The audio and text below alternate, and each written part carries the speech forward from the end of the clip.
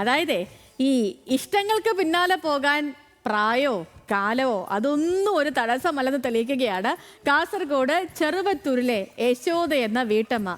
മകന്റെ ശിക്ഷണത്തിൽ വാർദ്ധക്യത്തിലും നിരവധി ചിത്രങ്ങൾക്കാണ് യശോദ നിറം പകരുന്നത്. എന്താ സംഭവം എന്നറിയണ്ടേ? നമുക്ക് റിപ്പോർട്ട് കാണാം. ആഗ്രഹവും പ്രയത്നവും ഉണ്ടെങ്കിൽ പ്രായമൊരു പ്രശ്നമല്ലെന്ന് തെളിയിക്കുകയാണ് കാസർഗോഡ് ചെറുവത്തൂർ കാടങ്കോട് കൊട്ടാരവാതുക്കലിലെ കെ യശോദ എന്ന വീട്ടമ്മ. 68-ാം വയസ്സിലും നിരവധി ചിത്രങ്ങൾക്കാണ് യശോദ നിറം പകരുന്നത്.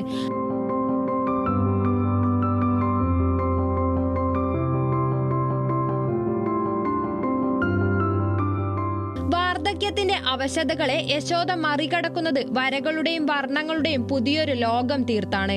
ചിത്രകലയിൽ യശോദയുടെ ഗുരു മകൻ അജേഷ് ആണ്. ഷാർജയിൽ ചിത്രകലാ അധ്യാപകനായിരുന്നു അജേഷ്.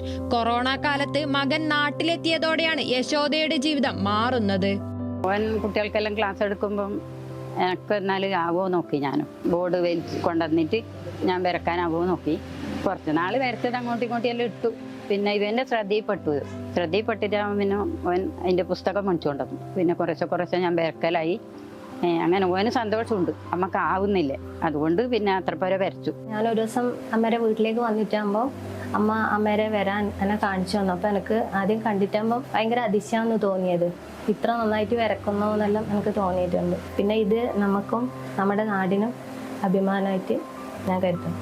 അമ്മയുടെ കഴിവ് തിരിച്ചറിഞ്ഞ മകൻ തന്നെ ഗുരുവായി. വരയ്ക്കാനുള്ള പുസ്തകം, കളർ പെൻസിലുകൾ എന്നിവ വാങ്ങി നൽകി.